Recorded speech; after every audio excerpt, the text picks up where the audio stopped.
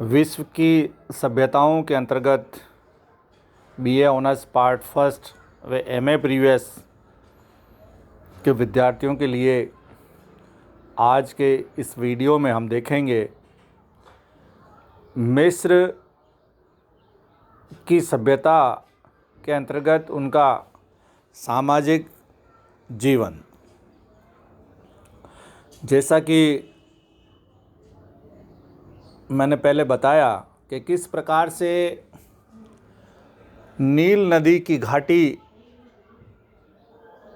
में मिस्र की सभ्यता का विकास हुआ और किस प्रकार से धीरे धीरे वहाँ पर मनुष्य ने अपने जीवन के विभिन्न क्षेत्रों में विकास किया। तो आज हम जब पिरामिडों के अंदर जो प्राप्त सामग्री है या खुदाई में प्राप्त बहुत सारी सामग्री है उसके आधार पर और भाषा विज्ञान, शरीर रचना शास्त्र और कई आधारों पर जब हम मिस्र की प्राचीन सभ्यता के लोगों के बारे में जानकारी हासिल करना चाहते हैं या करते हैं तो पाते हैं कि उनका सामाजिक जीवन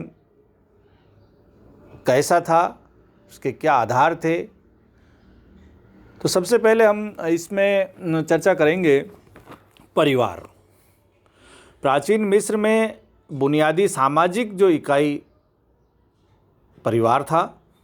परिवार एक विवाह प्रधान थे। समाज में किसी भी पुरुष को यह अधिकार नहीं था कि वे एक से अधिक विवाह करे, स्वयं फ़राओ को भी नहीं। लेकिन फ़राओ के हरम में बहुत सी स्त्रियां रहती थी और फ़राओ उनसे संतान भी उत्पन्न करता था। इसी प्रकार धनी व्यक्तियों, सामंतों और वरिष्ठ राज अधिकारियों में भी अनेक अवैधानिक पत्नियां रखने का रिवाज था तथा ये प्रतिष्ठा का चिन्ह भी माना जाता था। लेकिन जब राजमहिष या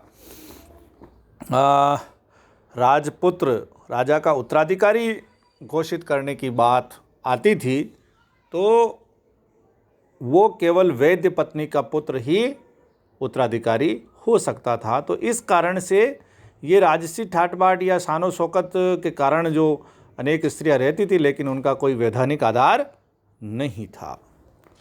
फिर है समाज का विभाजन या समाज की सामाजिक संरचना। मिस्र का समाज 3 वर्गों में विभाजित था। उच्च मध्यम व निम्न वर्ग।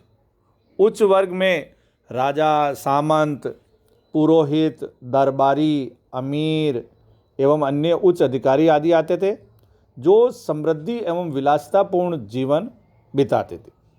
देश की सारी संपत्ति इनके अधीन थी। मध्यम वर्ग में व्यापारी, शिल्पकार, बुद्धिजीवी और लिपिक आते थे। मिस्र की कठिन लिपि को सीख कर लिखने वाले लिपिक कहलाते थे। उन्हें समाज में आदर की दृष्टि से देखा जाता था। सरकारी नौकरियां ऐसे लोगों को ही दी जाती थी।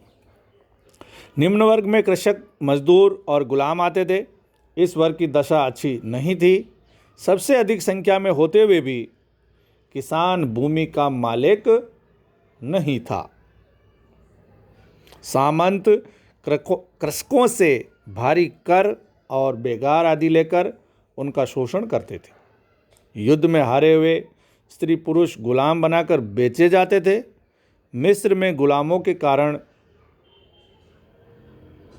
कई लोग धनाढ्य बने हुए थे, लेकिन इन गुलामों के साथ अच्छा व्यवहार नहीं किया जाता था।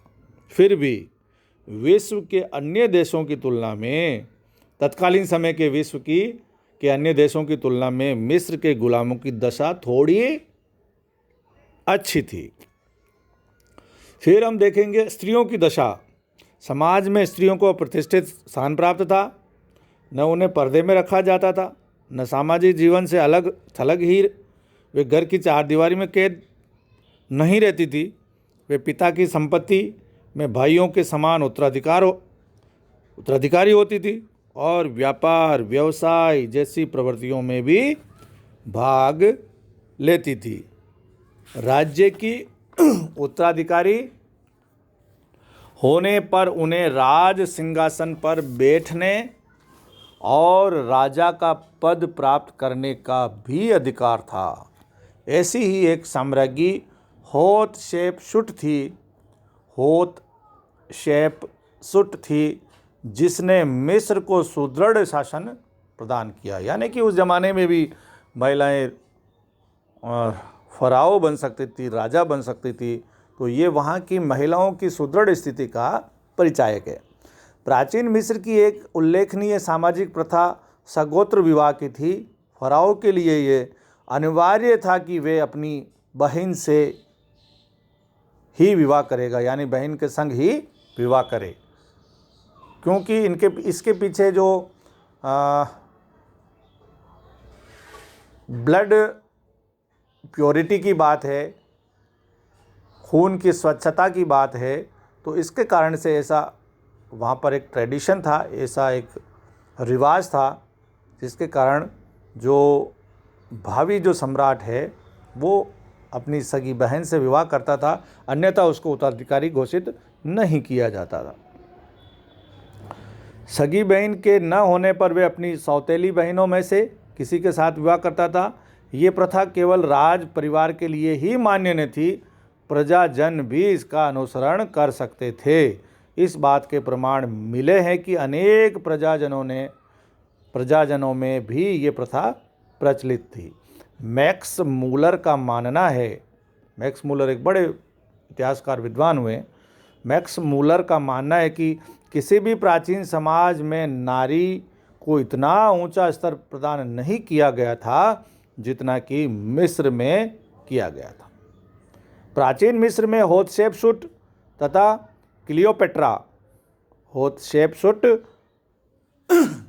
क्लियोपेट्रा जैसी प्रतिभा संपन्न रानियों ने राज्य किया। अतः इतिहासकार स्वैन ने ठीक ही लिखा है कि समाज में स्त्रियों को जो स्थान मिस्र में प्राप्त था वे तत्कालीन किसी सभ्य देश में प्राप्त नहीं था। फिर एक खान पान। मिस्र के लोग शाकाहारी तथा मांसाहारी दोनों थे। शाकाहारी लोग गेहूँ, जौ, चावल, दूध तथा दही खाते थे और मांसाहारी लोग सूअर, घड़ियाल तथा मछली का मांस खाते थे एवं शराब भी पीते थे। मनोरंजन। मिस्र के लोगों में मनोरंजन के अनेक साधन प्रचलित थे। धनी लोग जुआ खेलते तो गरीब लोग कुश्ती लड़ते। सांडों और बाज जैसे पक्षियों तथा मुर्गों को लड़ाना भी खूब प्रचलन में था। घूंसेबाजी की कला का विकास भी मिस्र में हो चुका था।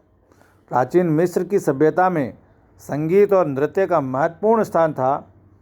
कवि गीत लिखते जिन्हें वाद्य यंत्रों पर धुन के रूप में प्रस्तुत किया जाता और गायक उन्हें सस्वर गाते थे। नाटक का रूप नृत्य नाटिकाओं का था। मिस्र की महिलाओं ने नृत्य को चरम शिखर तक पहुंचाया। स्त्रियां आभूषण प्रिय होती थी। सोने, चांदी और रत्नों के अतिरिक्त धनी वर्गों में हाथी दांत के जेवर का भी प्रचलन था। तो इस प्रकार से समाज के विभिन्न आयामों को यदि हम देखते हैं तो 5000 वर्ष पूर्व भी मिस्र में सामाजिक जो ढांचा था, ताना बाना था, वो बहुत ही उच्च स्तर का था और इस रूप में मिस्र का सामाजिक जीवन आज भी प्रेरणादायी साबित हो सकता है। धन्यवाद। Professor Jalaluddin Kathat, SD government college,